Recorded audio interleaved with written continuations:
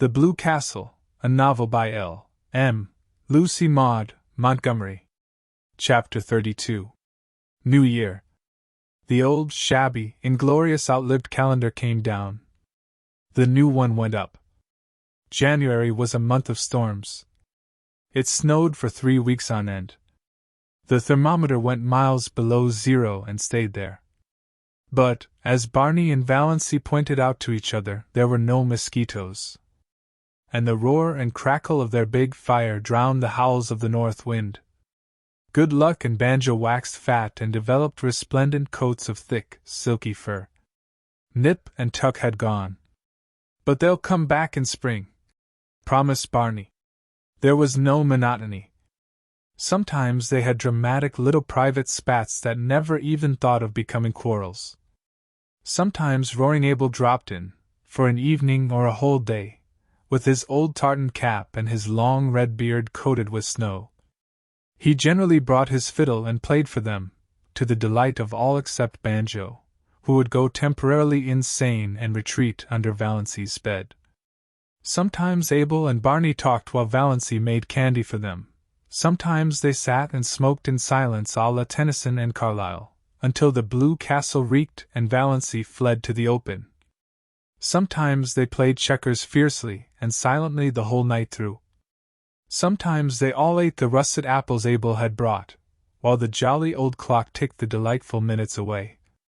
A plate of apples, an open fire, and a jolly good book whereon to look are a fair substitute for heaven, vowed Barney. Any one can have the streets of gold. Let's have another whack at Carmen. It was easier now for the Sterlings to believe Valency of the dead. Not even dim rumors of her having been over at the port came to trouble them, though she and Barney used to skate there occasionally to see a movie and eat hot dogs shamelessly at the corner stand afterwards. Presumably none of the Sterlings ever thought about her, except Cousin Georgiana, who used to lie awake worrying about poor Doss. Did she have enough to eat? Was that dreadful creature good to her? Was she warm enough at nights? Valency was quite warm at nights. She used to wake up and revel silently in the coziness of those winter nights on that little island in the frozen lake. The nights of other winters had been so cold and long. Valency hated to wake up in them and think about the bleakness and emptiness of the day that had passed and the bleakness and emptiness of the day that would come. Now, she almost counted that night lost on which she didn't wake up and lie awake for half an hour just being happy, while Barney's regular breathing went on beside her, and through the open door the smoldering brands in the fireplace winked at her in the gloom. It was very nice to feel a little lucky cat jump up on your bed in the darkness and snuggle down at your feet, purring, but Banjo would be sitting dourly by himself out in front of the fire like a brooding demon. At such moments Banjo was anything but canny, but Valency loved his uncanniness. The side of the bed had to be right against the window. There was no other place for it in the tiny room.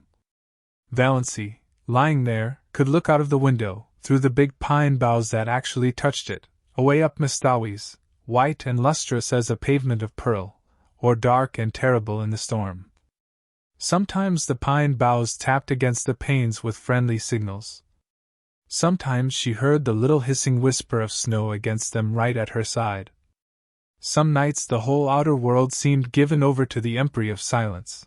Then came nights when there would be a majestic sweep of wind in the pines, nights of dear starlight when it whistled freakishly and joyously around the Blue Castle, brooding nights before storm when it crept along the floor of the lake with a low, wailing cry of boding and mystery. Valency wasted many perfectly good sleeping hours in these delightful communings. But she could sleep as long in the morning as she wanted to. Nobody cared. Barney cooked his own breakfast of bacon and eggs and then shut himself up in Bluebeard's chamber till supper time. Then they had an evening of reading and talk. They talked about everything in this world and a good many things in other worlds. They laughed over their own jokes until the Blue Castles re-echoed. "You do laugh beautifully," Barney told her once. "It makes me want to laugh just to hear you laugh. There's a trick about your laugh, as if there were so much more fun back of it that you wouldn't let out." Did you laugh like that before you came to Mistawi's moonlight? I never laughed at all, really. I used to giggle foolishly when I felt I was expected to. But now, the laugh just comes. It struck Valancy more than once that Barney himself laughed a great deal oftener than he used to, and that his laugh had changed. It had become wholesome. She rarely heard the little cynical note in it now. Could a man laugh like that who had crimes on his conscience? Yet Barney must have done something. Valancy had indifferently made up her mind as to what he had done. She concluded he was a defaulting bank cashier. She had found in one of Barney's books an old clipping cut from a Montreal paper in which a vanished, defaulting cashier was described. The description applied to Barney, as well as to half a dozen other men Valancy knew, and from some casual remarks he had dropped from time to time she concluded he knew Montreal rather well. Valancy had it all figured out in the back of her mind. Barney had been in a bank. He was tempted to take some money to speculate, meaning, of course, to put it back. He had gotten deeper and deeper, until he found there was nothing for it but flight. It had happened so to scores of men. He had, Valancy was absolutely certain, never meant to do wrong. Of course, the name of the man in the clipping was Bernard Craig. But Valancy had always thought Snaith was an alias. Not that it mattered. Valancy had only one unhappy night that winter. It came in late March when most of the snow had gone and Nip and Tuck had returned. Barney had gone off in the afternoon for a long, woodland tramp, saying he would be back by dark if all went well. Soon after he had gone it had begun to snow. The wind rose and presently Mistawi's was in the grip of one of the worst storms of the winter. It tore up the lake and struck at the little house. The dark, angry woods on the mainland scowled at Valancy, menace in the toss of their boughs, threats in their windy gloom, terror in the roar of their hearts. The trees on the island crouched in fear. Valancy spent the night huddled on the rug before the fire, her face buried in her hands, when she was not vainly peering from the oriel in a futile effort to see through the furious smoke of wind and snow that had once been blue-dimpled Mistawi's. Where was Barney? Lost on the merciless lakes? Sinking exhausted in the drifts of the pathless woods? Valancy died 100 deaths that night and paid in full for all the happiness of her blue castle.